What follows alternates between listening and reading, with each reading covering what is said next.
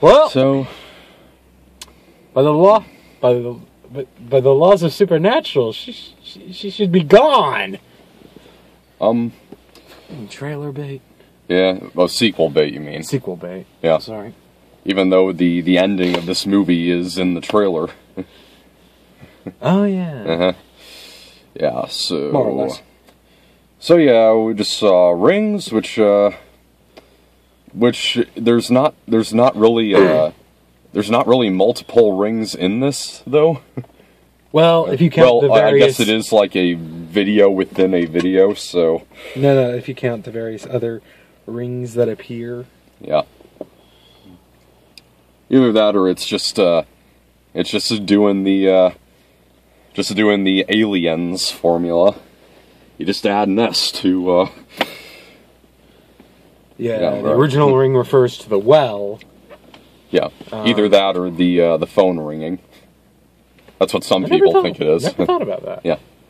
But, okay, so it was only like a few months ago that I saw the first The Ring. I never saw the second. But, neither did I. Yeah. But, so, honestly, I didn't even really find the first movie all that scary. I mean, like, I couldn't sleep for a week. Really? I don't know, just the concept. You watch this video, you get cursed, and after you're done watching, you get a phone call telling you that you're gonna die in a week. That's... I think the original book is probably scarier. Yeah, maybe. But I've only read a synopsis. Yeah. One of the interesting things is there is a physical effect, and not just the whole, in the book, it's described that there's a virus that is implanted somehow within the victim. And the only way to cure it is to either make a copy or show it to someone else. Yeah. I think that was in the original. That was in the original Ring. Yeah, because Like because Naomi Watts gave it to that guy. Yeah. Yeah. But it only said that you had to make a copy. Didn't mean you had to see it. You just happened to watch it. Maybe it's explained in the second one? I don't know. Yeah. And so yeah, I didn't really care for the first one that much, but I don't know whether or not to recommend this to people who are really into the Ring lore, because it does kinda expand more on the mythos of it, but then it like tacks on an ending that makes a little sense, and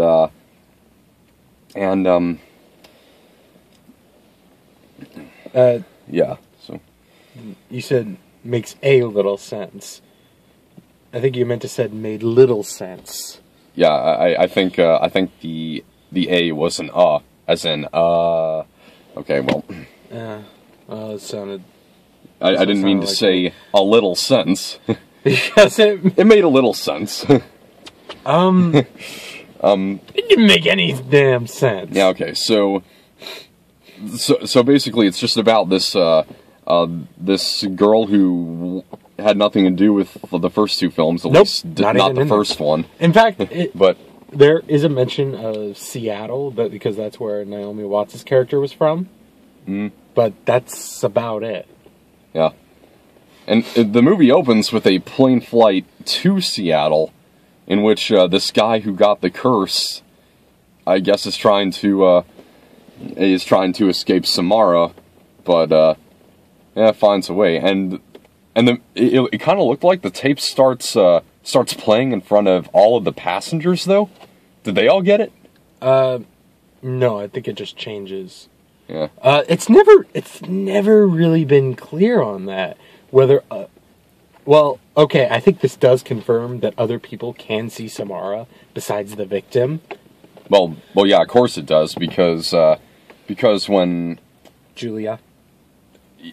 Yeah, when that woman Sky, was it Sky that tried to force her to see the video? Yes. Yeah. And was she the one who was she also on the plane? The woman that guy who had the curse spoke to? Because if I not, don't remember. Yeah, because if not, then that plane scene was really irrelevant. It's only like the plane crash is only like mentioned just one scene later. Yeah, and here's the thing. They get the VC. The guy. They say that the VCR that the family owned that belonged to or was it the guy who died in the plane crash, or was it the family that owned? I can't remember. But the VCR still has the tape stuck in it. Was that one of the copies made in the original, or was that? Oh no, the original tape was destroyed in the first movie. Yeah, they threw it in the fireplace. Yeah. So wait, why did nobody decide to do that in the first place? Oh, scary tape. Bye. You're done. Go away. Okay, so and so once this biology professor sees the video, played by Johnny Galecki, I think that's how you pronounce his name. Yeah. So once I just want to point out that this is Leonard from The Big Bang Theory, and for the most part, it just seemed he was just playing Leonard. Yeah, he wasn't very believable as a teacher, was he? Not really. Yeah. It was only until more on that he started to really develop as I separated Leonard from Gabriel, you know. Yeah. It kind of seemed like he might have been a stoner, which might explain why when a fly crawls out of his cigarette, he goes to smash it on the window, and as he does, the fly ends up outside, and then all the rain starts going up, and he's just standing. I just smoke? Yeah, he's just standing there observing it. Yeah, Yeah, and then of course there has to be a fake out dream sequence early in the movie. And this was even before she saw it was even before she saw the tape. And this sort of for me, it was like, okay, what's going on here? What was it? Like the whole my thought is that she happens to be like the reincarnation of Samara's mother. Yeah, that's what I was starting to think, but no, there's no connection at all. Yeah. Why her? Why this woman? And they say there've been 12 people who've tried to save Samara. That's what the movie claims. Yeah.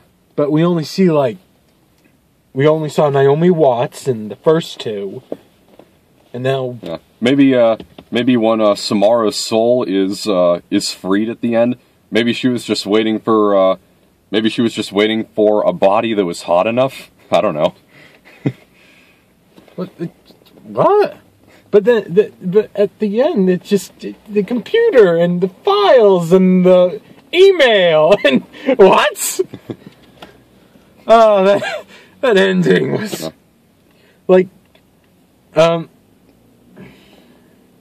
the twist was good, I thought. And I didn't really think all that much of it. It's as it turns out that there's this a guy who used to be a priest, I guess, and he went blind, played by Vincent D'Onofrio, and of course he has to be a madman who's committing evil in the name of Christ. Yeah. And so,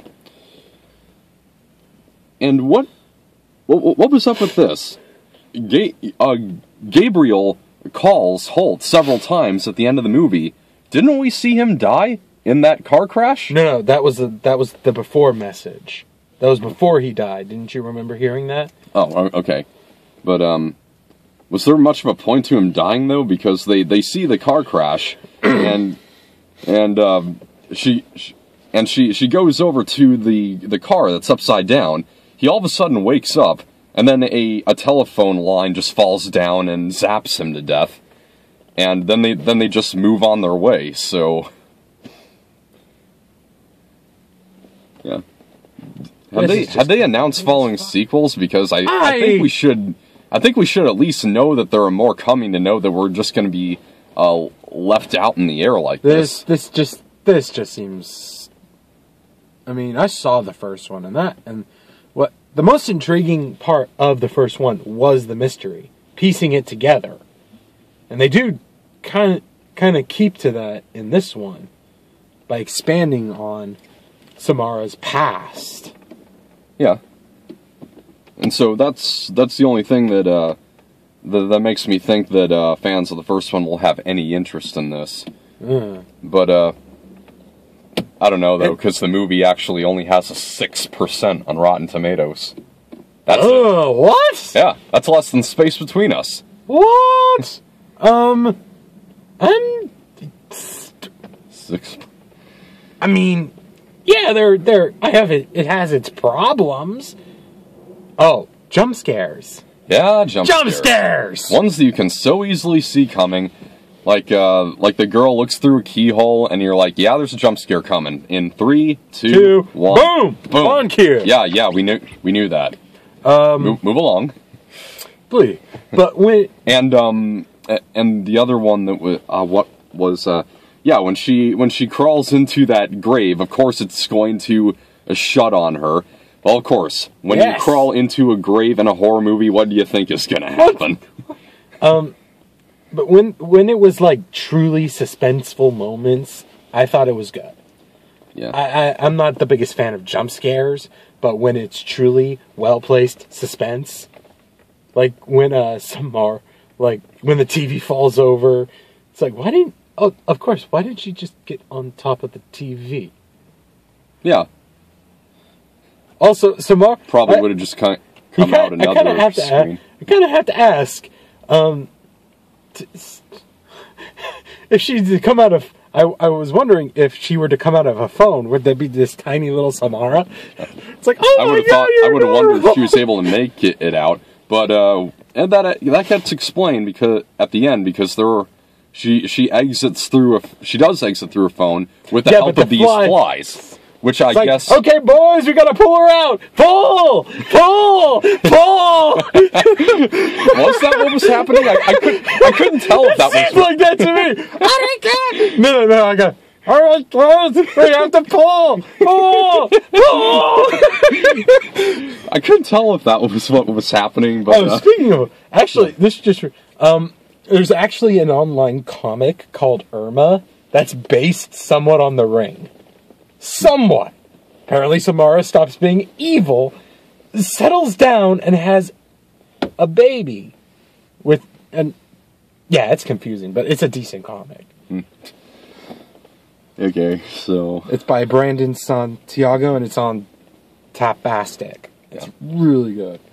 Not to mention the really false scares. This is the kind of thing that really irks me in horror movies. They did this a few times in like The Gallows, and I think also once in The Witch, where it's like a really sudden scene change, and as it cuts to the next scene, at the very moment, there's suddenly a loud noise that is meant to get a jump on you, and you're like, oh, it's false.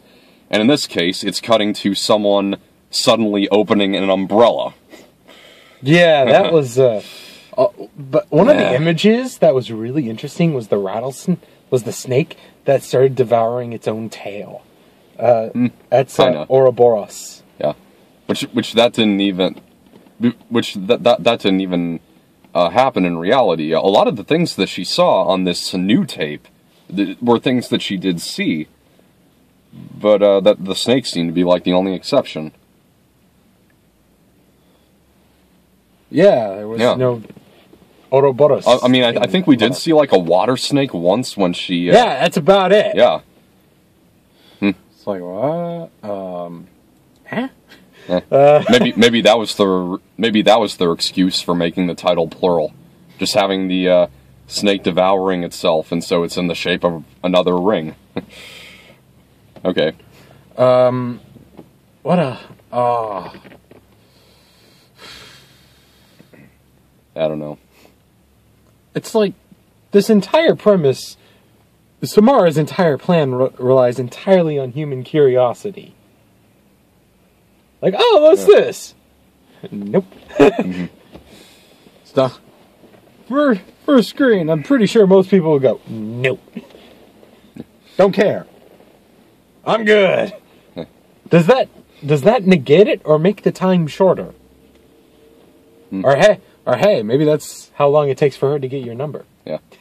Speaking of time, it didn't seem like 7 days had gone by when Samara does exit through the phone.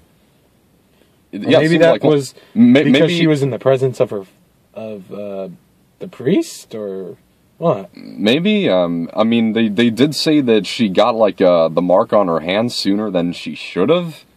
So what the hell? I don't know. Maybe I don't know.